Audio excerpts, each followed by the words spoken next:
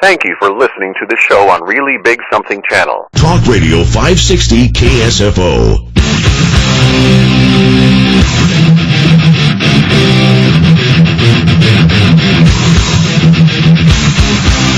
Warning.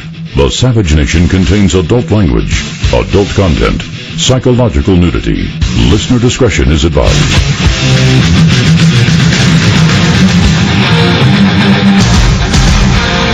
And now, America's most exciting radio talk show, The Savage Nation, home of borders, language, culture.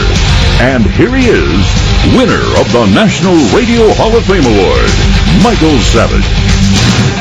Welcome into the Savage Nation. I am Michael Del Giorno from Nashville, Tennessee. Honored to be filling in for Dr. Savage again. Our phone number throughout the show, 855-400-7282, 855-400-SAVAGE. Don't forget, you can get all the latest headlines and stories that we're covering today, even those that we may not get to, by signing up for or signing into the Savage newsletter at michaelsavage.com. And I'm going to be reading an excerpt from Michael's book, Trump's War, His Battle for America. But get your own copy and read all the chapters, not just an excerpt from chapter 10, on your own. And you can find the availability for that book as well at michaelsavage.com. Well, I have to tell you, as someone who is a disciple of Dr. Savage, a fan of Dr. Savage, and a proud warrior in his same message of truth when it comes to language and borders and culture, I could tell you I was as shocked as you were to hear the news that he was assaulted, probably even more shocked that nothing has come of it as of this moment. I can tell you, as a born-again Christian, I am in the process of being conformed into the very likeness of Christ, but it is a process, and I am not completely there.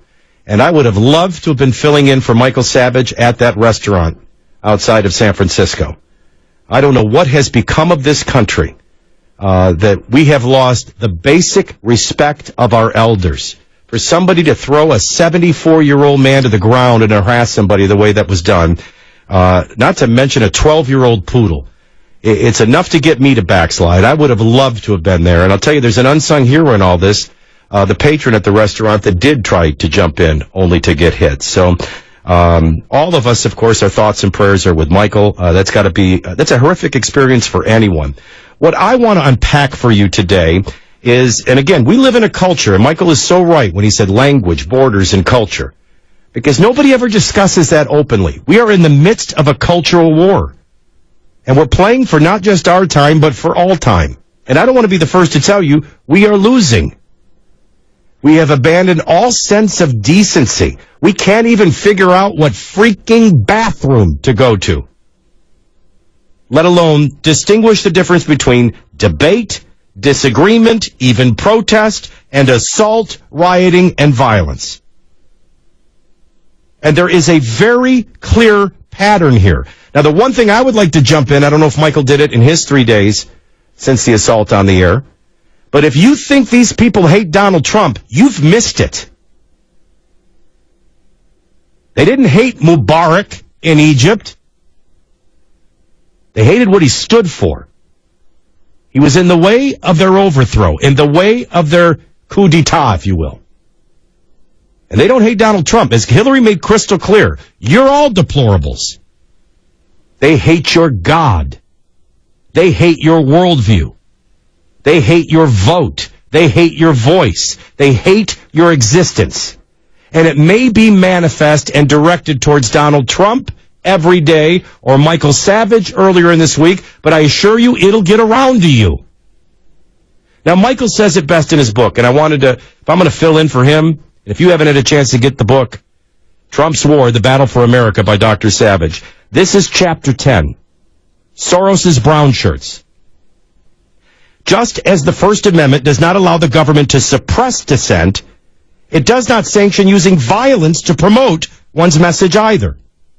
It specifically protects the rights of people to peacefully assemble and to petition the government for redress of grievances.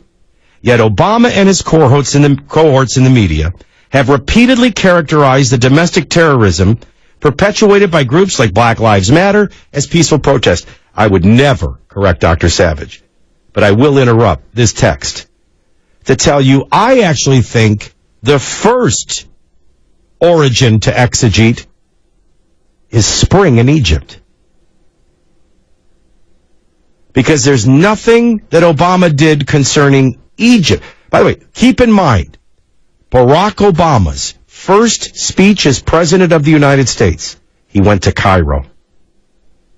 And a little fact that everybody seems to forget, Obama insisted that the Muslim Brotherhood be present at his speech. Imagine going to an allied government to deliver one of your first speeches where he apologizes for America and our history from his revised, racist, crazed viewpoint. But he demanded, I can't emphasize enough how shocking this is. This would be like somebody becoming the president of Saudi Arabia and coming to make their first political speech in the United States in Manhattan and demanding that Al-Qaeda be present. The Muslim Brotherhood is a terrorist organization that was banned from Egypt, many of its leaders in jail in Egypt, and here's your president in one of his first major speeches after his hope and change election, and he demands that they be present in the front row. Now, why do I start there? Because it wasn't many months after that this president looked you in the eye, lied to the American people, and fanned the flames that what you were seeing in Egypt was democracy. What you were seeing in Egypt was good. What you were seeing in Egypt was peace. And it was political overthrow of an allied nation. Now, don't get me wrong. He was no Gaddafi, but, Mubarak had his flaws. But he was an ally of the United States. And looming all along, anybody that had any kind of national briefing would have told you the Muslim Brotherhood is a terrorist organization. They're looming in the streets and behind the scenes. And where Mubarak was failing the people, they were saying, support us, here's some food. Support us, here's some money. Support us, here's some backing for your new business. See, we're not evil like the kind they're putting in jail. We don't mean any harm. That would have been a part of any of Obama's briefings. So just as he went to Cairo and insisted that these terrorists be present in his speech, he turns around and fans the flame and calls that spring in democracy. Like it was a good thing. And what were they doing in the streets? Raping, killing, looting, and busting terrorists out of prison. And what did it result in the next 2 to 3 years? Well, first the Muslim Brotherhood took over the parliament. And everybody said, well, they'll never run a president. They've promised they wouldn't run a president. Then you get Mohammed Morsi. And then he does away with the parliament. And you have a radical Islamist dictator in Egypt, carrying out atrocities. And then, one final chapter, does the president ever come back and say, wow, spring turned to fall? He was from the beginning to the middle fanning the flames of an overthrow of an ally nation. And then when the people of Egypt threw Morsi out, silence from Obama.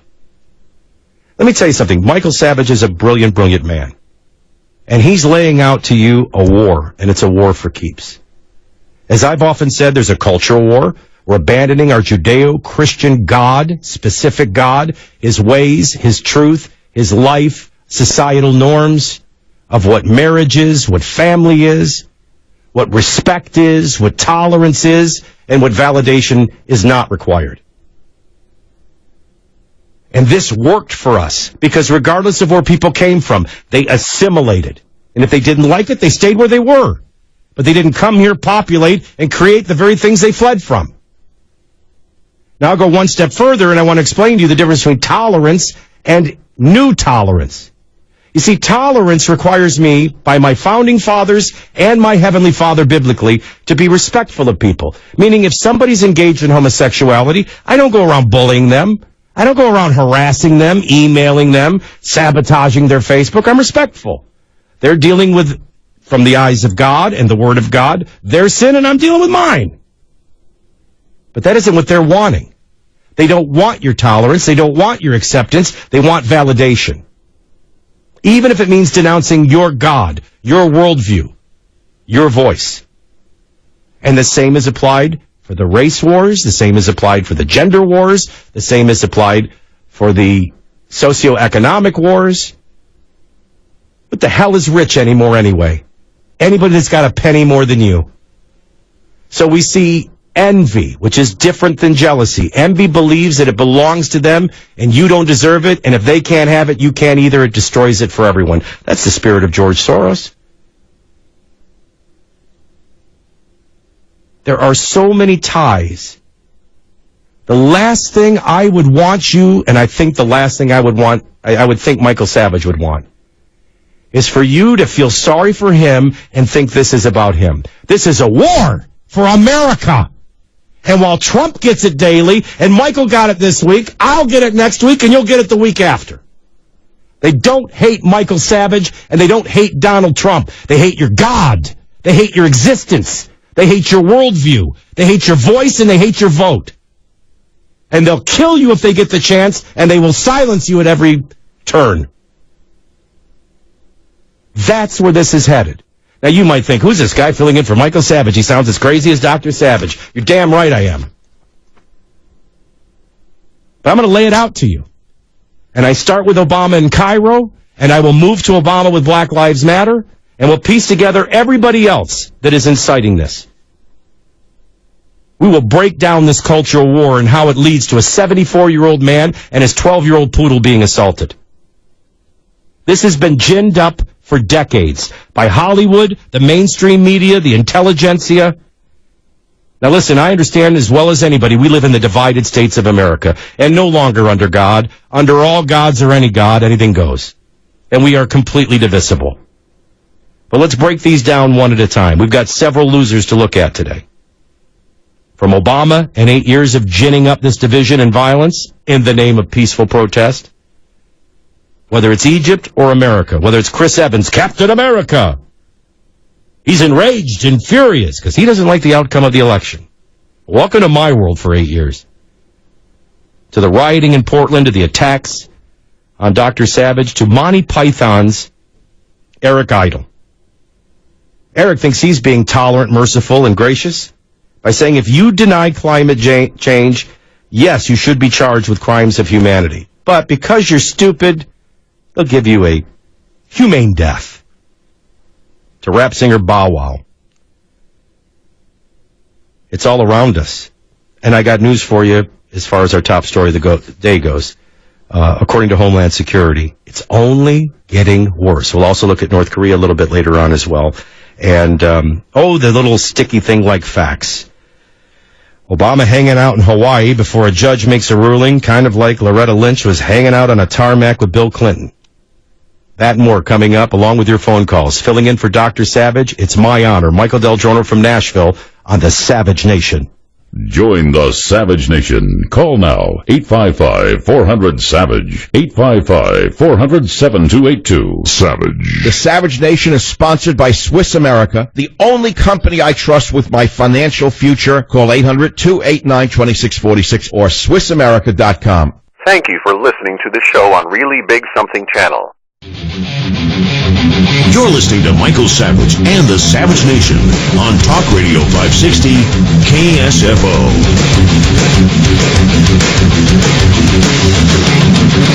This is the Savage Nation. I am Michael Del Giorno from Nashville, Tennessee, in for Dr. Savage. The phone number, 855-400-7282, 855-400-SAVAGE. And if you want more than just an excerpt of Dr. Savage's new book, Trump's War, The Battle for America, pick up a copy today. All right, so we're kind of looking at what is a very, very simple concept.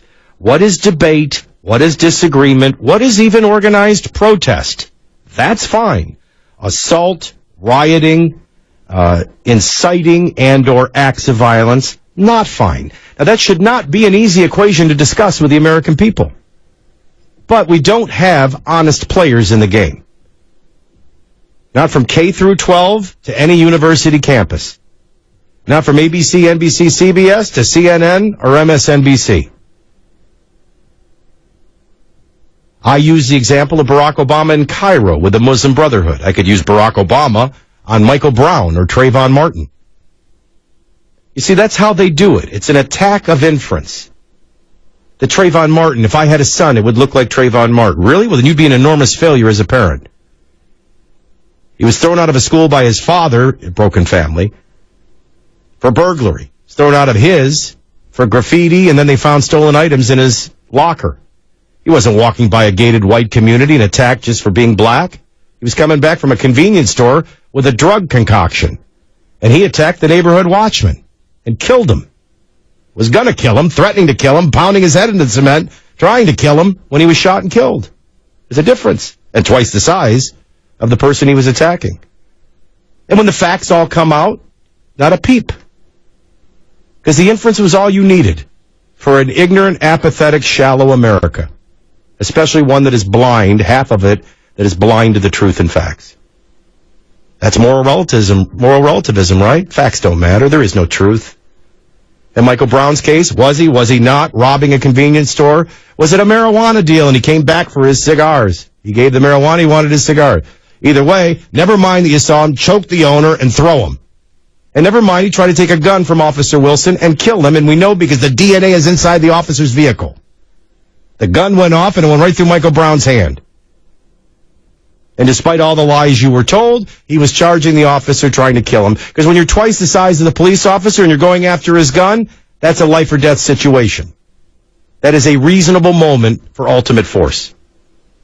And a grand jury in the St. Louis area found the same conclusion. Even a biased Obama Justice Department came to the same grand jury conclusion. But did you ever hear Obama come back out and apologize to the officer? No.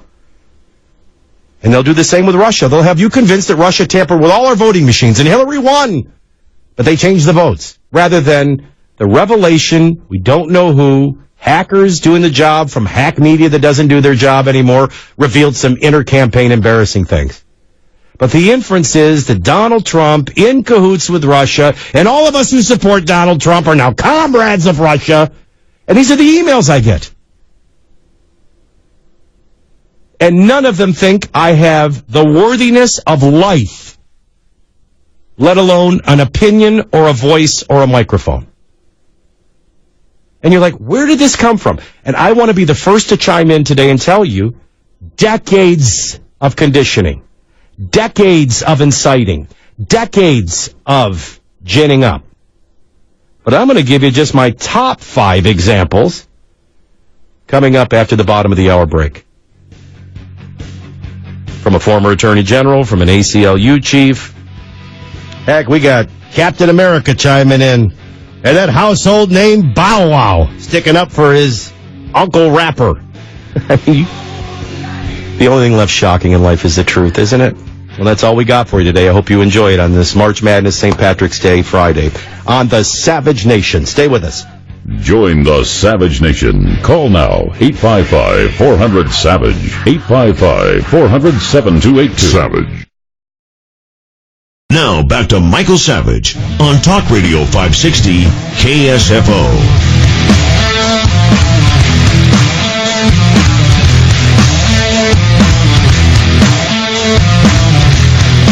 Welcome back into the Savage Nation. I am Michael Del Giorno in Music City, USA, Nashville, Tennessee. Honored to be filled in for Dr. Savage today, who is expecting to be back on Monday.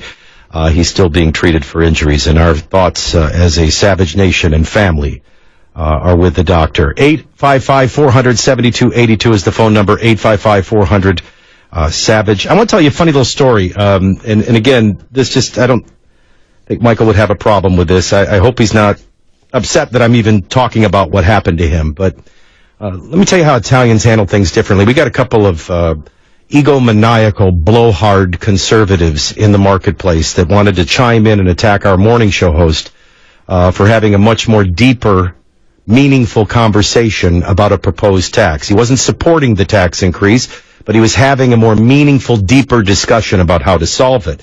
And these people all start attacking him, putting words into his mouth. And trying to harm him. And I tried to explain to them because they couldn't understand why I was so mad at them. And I said, listen, you haven't watched The Godfather, have you? I got news for you. Anybody can attack me, and I don't blink. And it doesn't bother me. You attack my friends, that's worse than attacking me. You throw Dr. Savage on the ground and you try to harm his 12-year-old dog, that's worse than you trying to harm me. I wish I could have been filling in at that restaurant. I'd show you how you go Sonny on somebody. There's a time for Sonny Corleone to show up.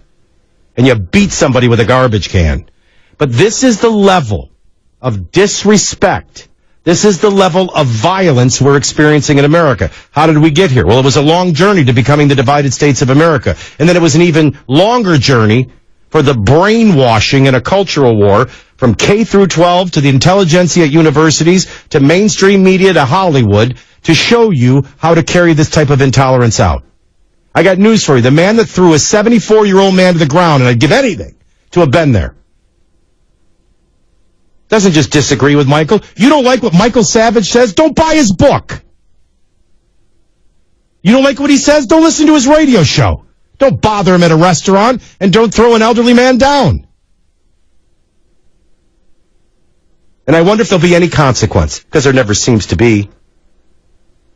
I watched the President of the United States lather everybody up, turn everybody against each other, literally incite violence on police officers, and never get handcuffed and arrested for incitement. There's a big difference between debate, disagreement, protest, and assault, rioting, and violence. And Homeland Security gets it, and they see where it's headed. A friend of mine was there for the inauguration, walking down the street wearing his Making America Great hat. Guy walks up and just decks him. Breaks his glasses. He gets up, grabs the guy, holds him down until he's arrested. That's not disagreeing. That's violence. That's assault. But I assure you, the person that threw Dr. Savage to the ground doesn't believe that Michael Savage has the right to speak. First of all, you can't even get what the First Amendment is right. You don't know the difference between protesting and violence, looting, but you don't get the difference between tolerance and intolerance. That person doesn't think that Michael Savage has a right to life, to liberty, to a pursuit of happiness, to an opinion, to an expression. And they don't think you have one either. It may be Trump every day and Michael this week, but it will be you if you don't stand up against this. Now, where would they be getting these notions?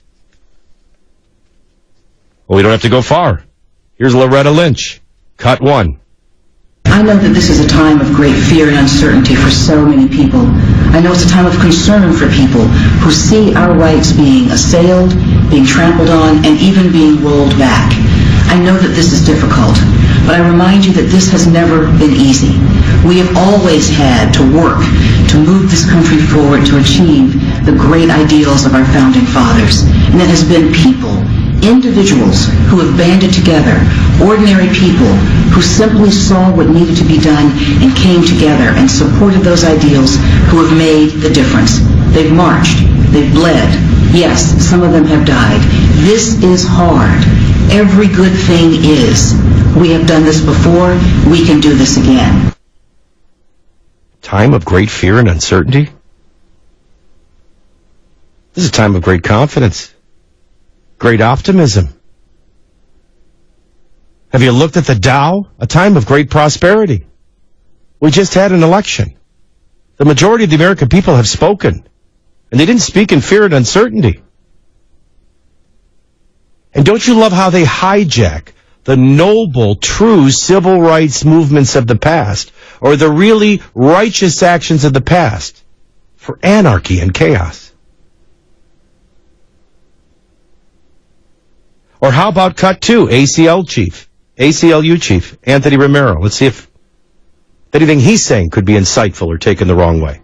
Let's do this together. We need you to be protagonists in this struggle. We'll do the work in the courts. You do the work in the streets. And failure is not an option. Because if we can put the pressure on elected officials through town halls, through lobbying, through direct actions, for protest in support of the values we believe in. Loretta Lynch, every good thing we have done the hard way in the past and we'll do again. What are they doing? You notice how there's never a specific? It's all a whisper. We'll do the work in courts. You do the work in streets. Failures is not an option. What is it? What is the great fear? What do they think is going to happen? That in a constitutional republic and a government of laws, a law might be enforced, and a sovereign nation, a border might be secured?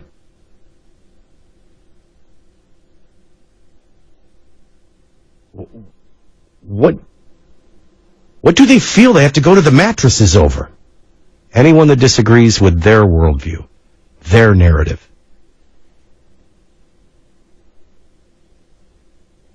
Here's another great clip from MSNBC. This is a woman that approached and confronted Spicer in an Apple store. Have you helped with the Russia stuff? Are you a criminal as well? Have you committed treason too? Just like the president? Thank you. Have you committed treason too? What can you tell me about Russia? Such a great country to live in. Yeah, what can you tell me about Russia, Mr. Secretary? Thank you. What can you tell me? You know you work for a fascist, right? You work for a fascist. How do you feel about that? Right? How do you feel about destroying our country, Sean? How do you feel about that? Do you feel good about the decisions you're making? About lying to the American people? Do you feel good about lying to the American people? They're like robots. Pre-programmed robots. And that's the attack of inference. He's not a secretary, by the way. He's a White House spokesperson. Over and over again.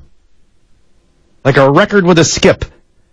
Have you helped with all the Russia stuff? Are you a criminal as well? Have you and such committed treason too? Just like the president has? Have you committed treason? And this is the narrative. And this is the divisiveness. And this is the level of intolerance. And this is the slippery slope that we're on. In a nation that is the divided States of America, not the United States of America. In a nation that is no longer under God, but any God and all gods and no God. Completely divisible. With no understanding of liberty and justice, and no judge to determine justice for any or all. Standing between us and absolute banana republic chaos.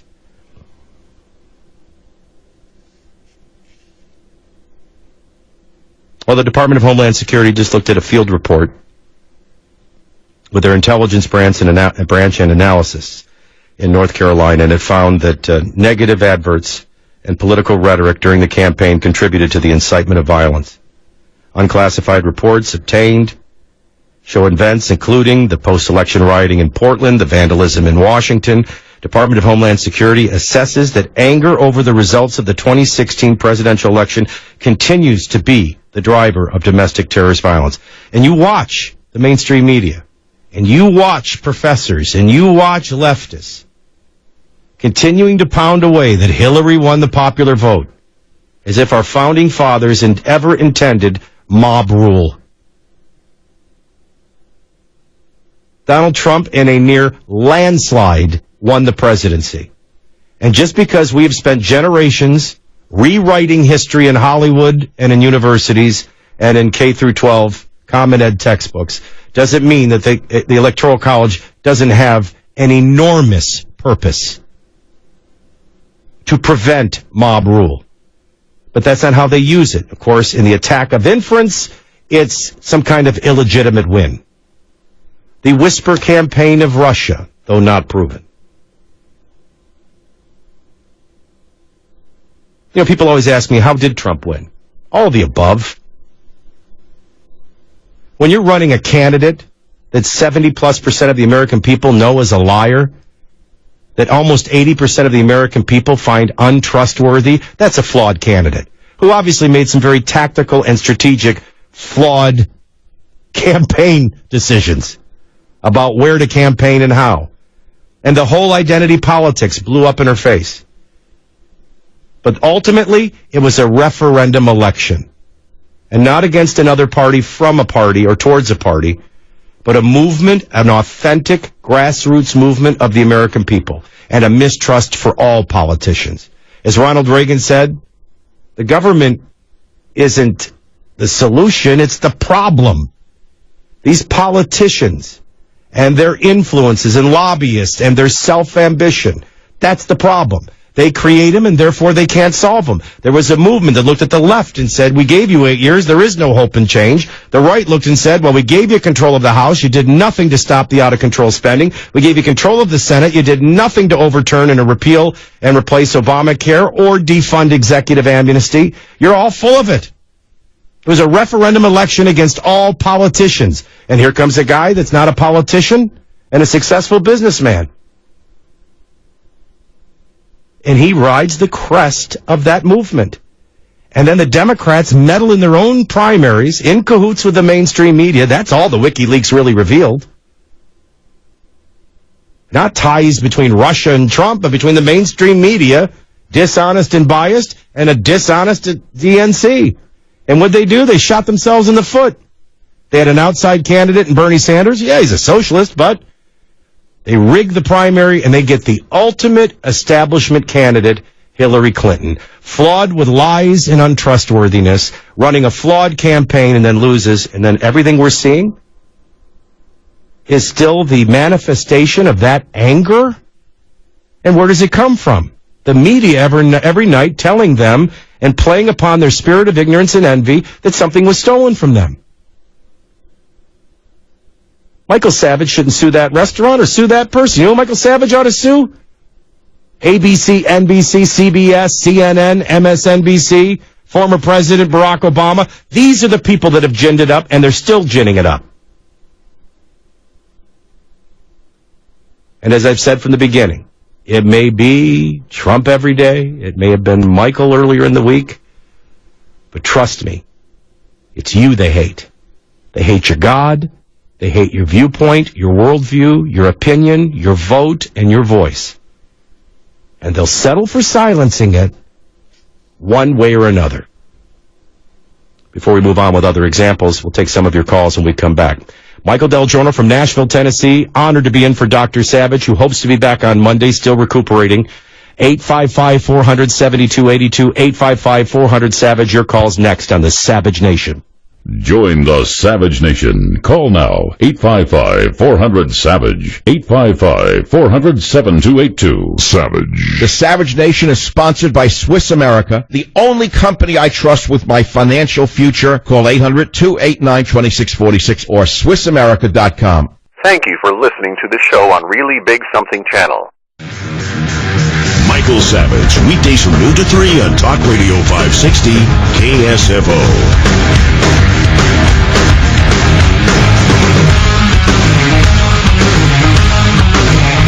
855-400-7282, 855-400-SAVAGE. That's the number. This is the Savage Nation. I'm Michael Del Giorno filling in for Dr. Savage, who hopes to be back on Monday.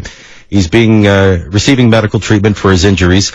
You can follow all these stories by getting the Savage newsletter at michaelsavage.com. And don't forget to pre-order his book and get a copy today, Trump's War, His Battle for America. A couple of quick phone calls. I want to start with Pat, listening to KSFO in San Francisco. Pat, welcome to the Savage Nation. Well, good afternoon. I just had a quick question. I read the original accounts online where it said the attacker was yelling out his given name, Wiener is what I read. I was wondering why it would not be deemed to be an anti-Semitic hate crime. Well, I'm reading the same stories you are, so just because I fill in for Dr. Savage doesn't mean that I've had a conversation with him or have any insight. Thanks for the call, by the way, Pat. Any inside information. My first 2 points when I read this story was, one, knowing nothing about what all was said, and I know that police statements were taken and then both were released, so this could be still coming out. But when I saw Wiener, I'm thinking to myself, he was either trying to harass him by using his real name, or he used his real name in an anti-Semitic motive, in which case it should be. But, what would need to be determined was what was the motive for the attack. I would be suspicious of all of the above, and if, in fact, that is the motive, it needs to be explored for even greater charges. Brenda on KSFO, welcome to the Savage Nation. Hi. I don't want to be redundant. I agree with just about everything you've said. My thing is that as a black female conservative, I've got to be concerned when I'm out and about, but I refuse to be out and about without some kind of protection. I hate violence, but at the same time, I'm not going to just allow somebody to attack me if I can do anything to prevent it. So I carry my mace, I carry a taser, and it's unfortunate that I have to do that, but that's what I have to do. And I just would like... And Brenda, I only have a minute, and I hate to interrupt, but as somebody who is a conservative and a person of color, because I have a lot of friends who are, you know as well as I do, some of the things that we're experiencing now in this destabilized atmosphere is stuff you've been experiencing for years. You've been treated by family members, by friends in your neighborhood, by cohorts and coworkers in such a way for a long time because they feel like you're some kind of a sellout, or why aren't you playing the same victim card? I mean, a lot of what we're experiencing is something you've kind of been experiencing for quite some time, is my guess. A long time. And even through my church, a very usually conservative church. I'm even having people at my church that, you know, are against... Well, there's a higher power than the God you're worshiping, and it's skin in some cases.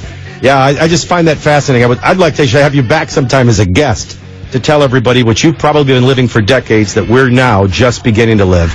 Question is, how violent is it going to get? Savage.